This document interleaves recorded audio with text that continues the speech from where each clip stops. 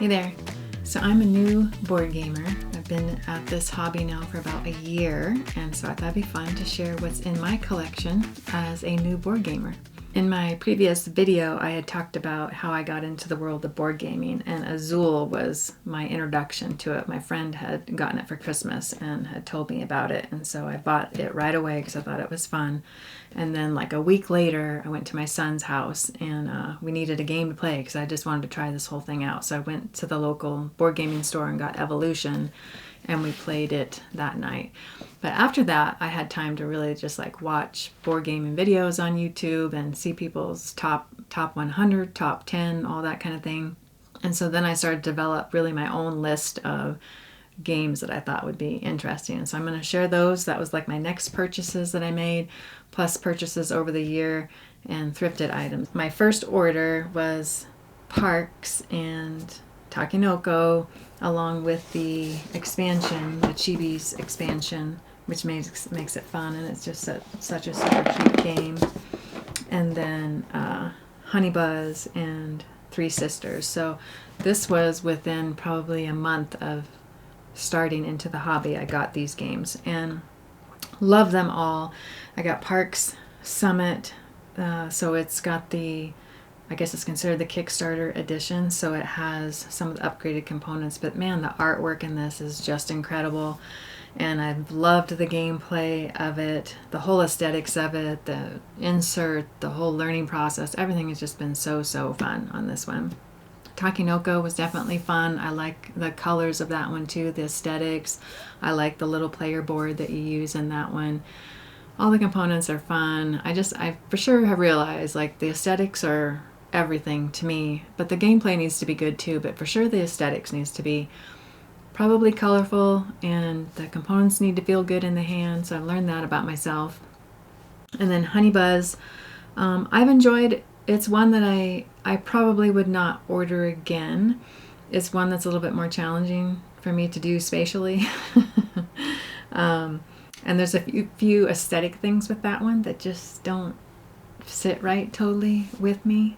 And then Three Sisters, I definitely love this one. It's fun. The roll and write genre is a fun one that I do like. And a lot of these games, I've discovered too, what I like about them is that you can kind of just do your own thing. You can just focus on your turn taking and building whatever you're working on, depending on the game you're in here, and you don't have to think too much about the other person or the other players unless you want to.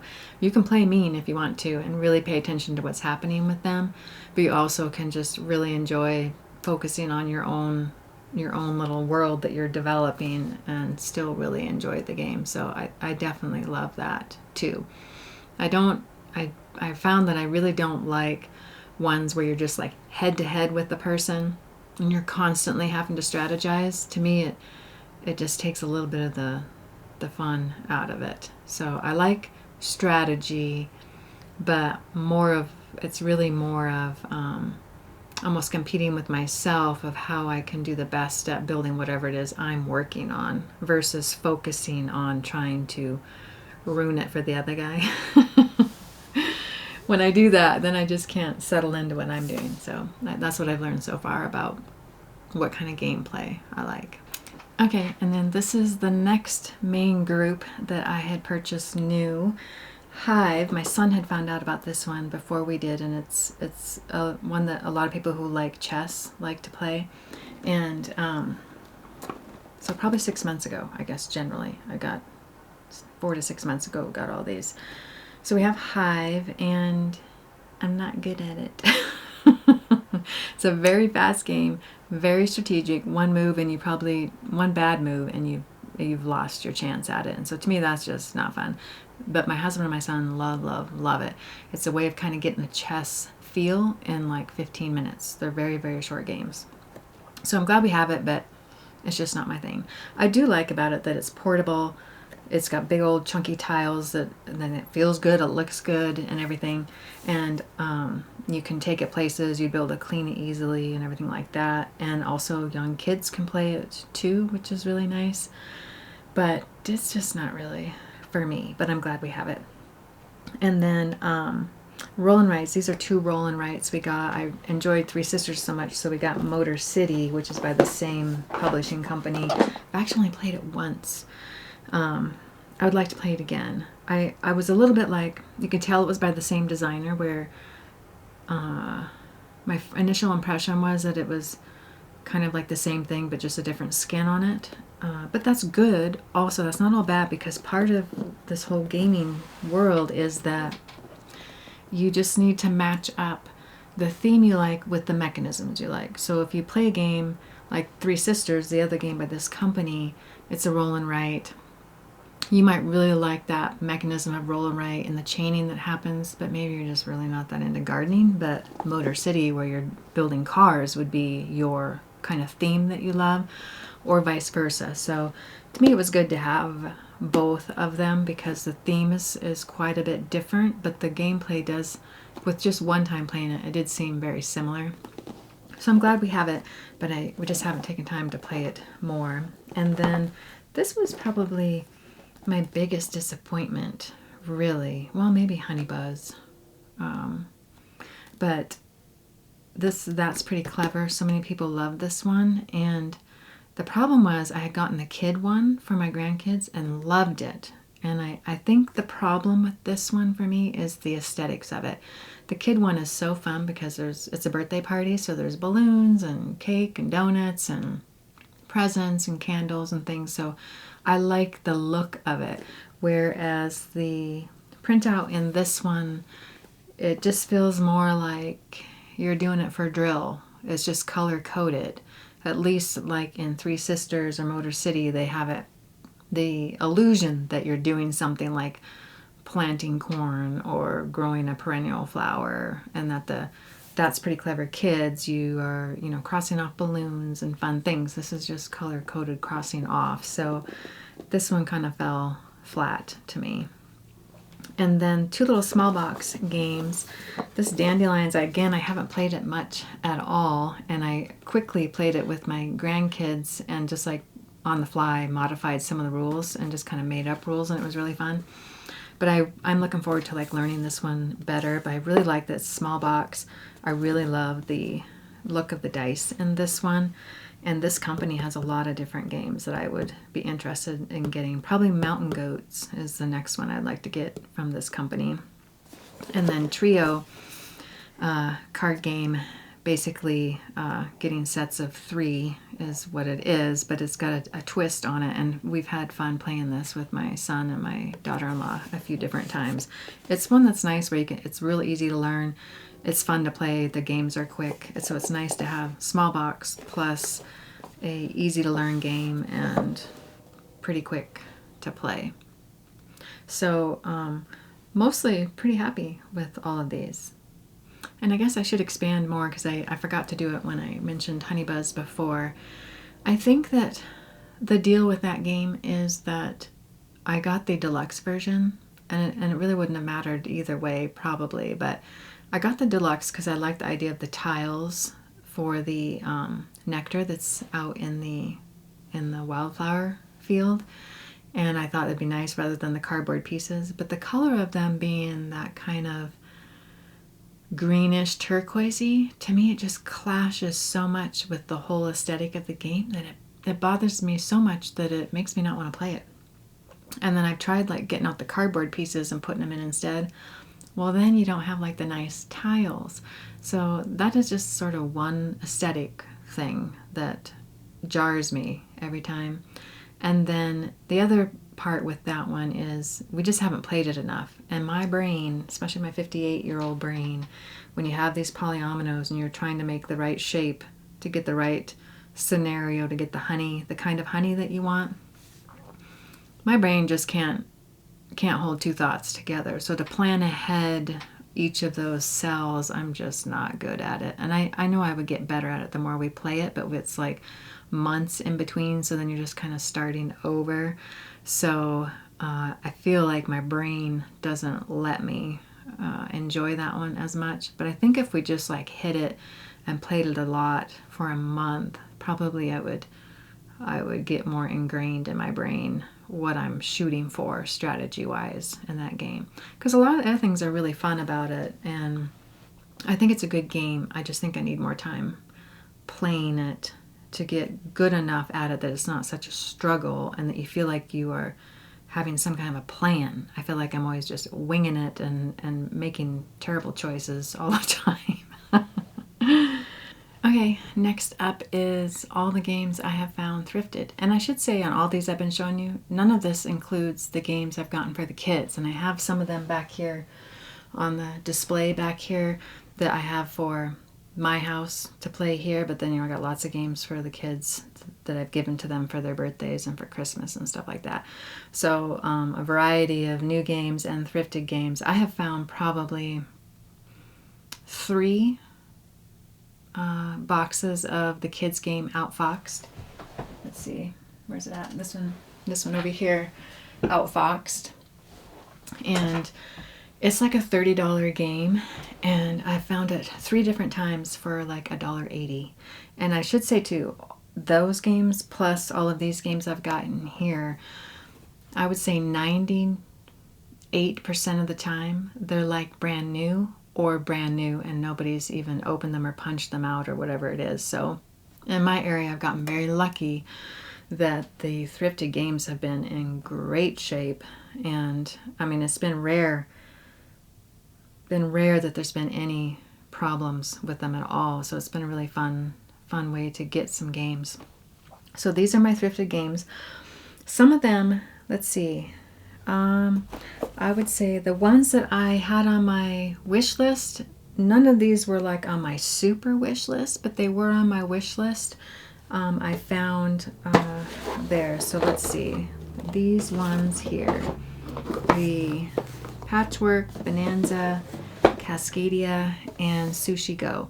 These ones that were on my list of ones I'd like to try, but I had too many other ones on my wish list that I really wanted to try that I wouldn't have bought these new for a long time probably.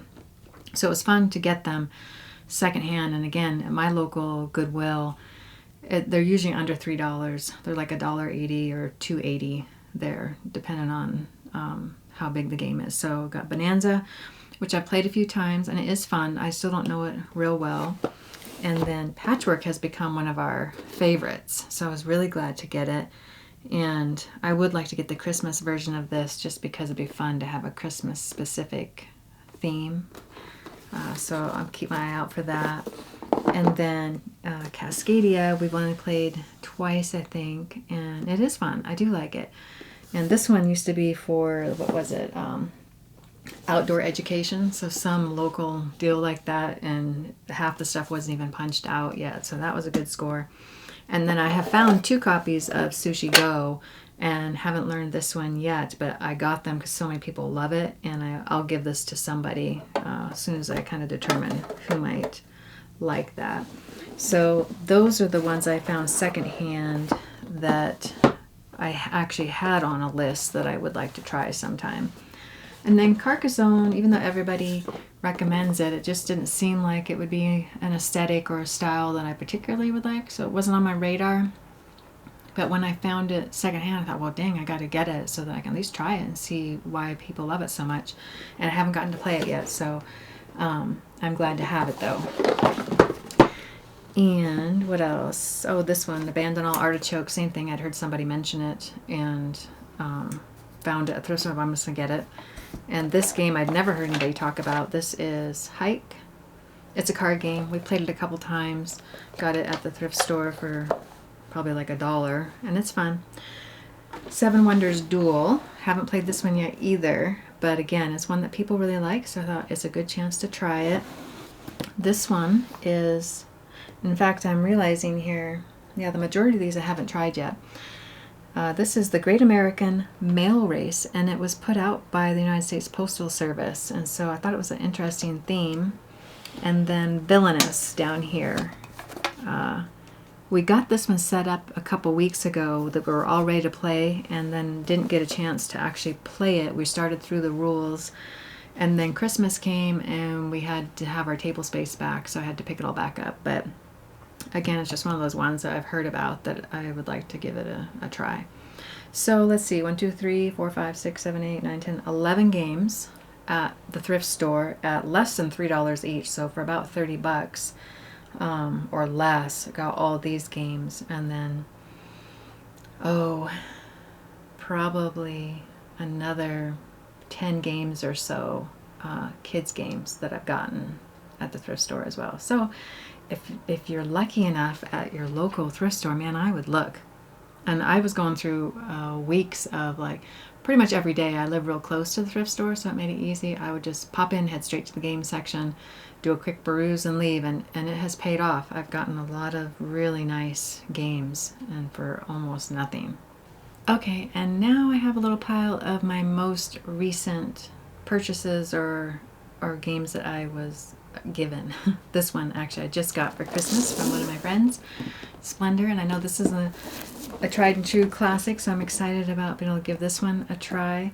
And then day after Thanksgiving there was a good sale, so I got King Domino, which so many people have recommended, and this game, three chapters, which sounds like such an interesting concept about the storybook characters, and you're working your way through a story or something to that effect. It's sort of like a little campaign, which I don't have any of that kind of game. So I'm excited about trying that kind of mechanism. And we've played King Domino once, did I say that? And it was fun, just that first go at it, and I love how colorful it is. And then for Christmas I got my husband, because he loves Hive, I got him, and actually my son too, because he has Hive, got him the expansion, so he's got 3 more insects to go with that, so he can have different moves. So that's what I have for recent. So I had one pretty good hit of whatever it was, 5 or 6 games initially, like about this time last year, and then in the last 4 to 6 months, that next little hit, and then this was just recent. And the thrifting has been happening all throughout the last year. Okay, so now for my wish list. I need to refer here that I would love to get in this next year would be Let's Go Japan. I've just heard so much about that, and it seemed like a whole different style of gameplay. Coffee Rush, I think would be fun. Again, it's just a whole new environment. The fact that you're in a coffee shop being a barista, and we used to own a drive-through coffee shop, so that's kind of fun. And I'd like to get one of the Sherlock Holmes games. I'm hoping maybe I can find one secondhand, because I'm not sure if I would love that, but I really would like to try it, and I thought that would be a good as far as a whodunit type game. And then Harvest Golden Edition I would like to get. And then Sea Salt and Paper. That one's not expensive, but I've just been trying to rein myself in this year because of all these other games I've gotten. But I would like to get that one too. So those are probably next as far as what I potentially might purchase. Otherwise, I'm still, I regularly look in the thrift stores. So maybe I'll get lucky and get a few of those over the next year in the thrift store maybe.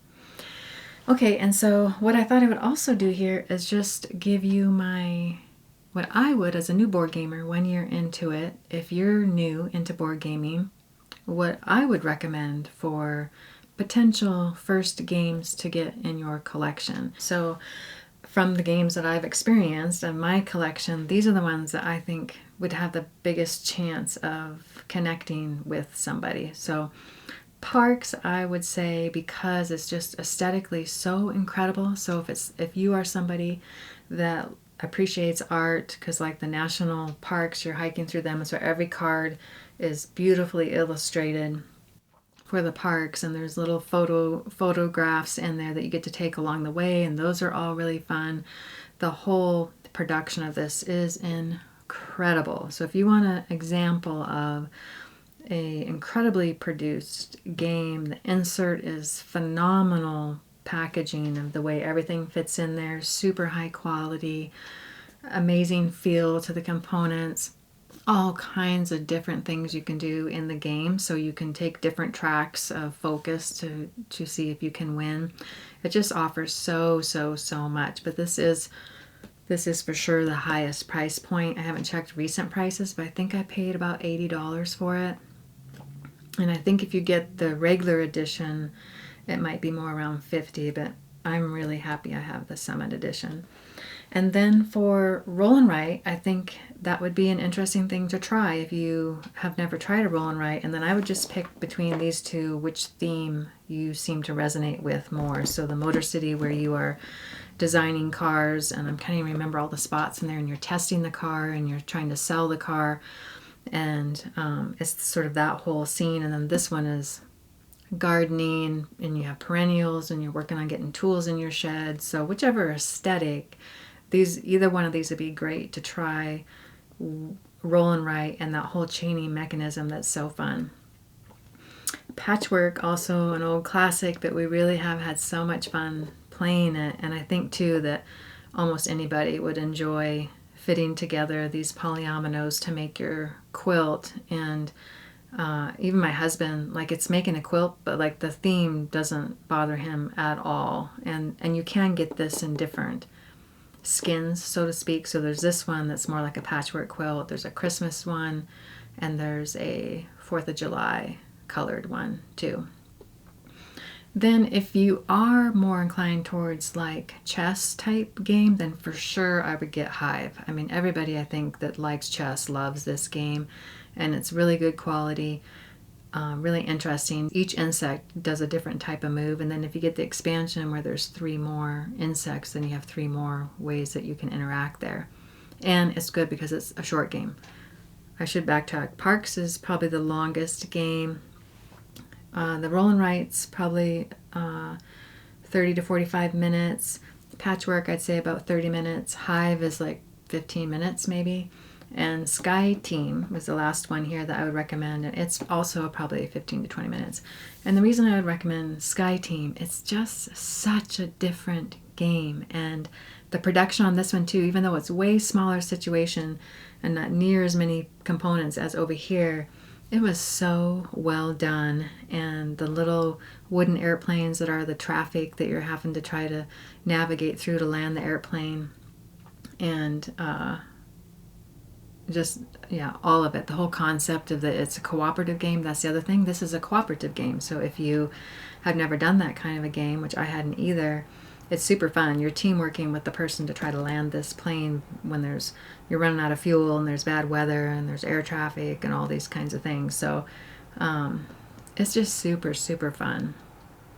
So that's kind of a variety that I would recommend if you're just getting into it, to at least watch some videos, get on YouTube, watch some people who have done reviews on them or how-tos or gameplays. And I actually did a video too at Christmas time on board games for Christmas. So gift ideas that you might want to give to a teenager or an adult that would be a board game. And so I covered a lot of these games, not all of them, but I covered a lot of them in that video if you want to check that video out, where it's not really a how-to completely, but I open them up, I have them all set up, and I do like an overview of what types of gameplay happens in that game.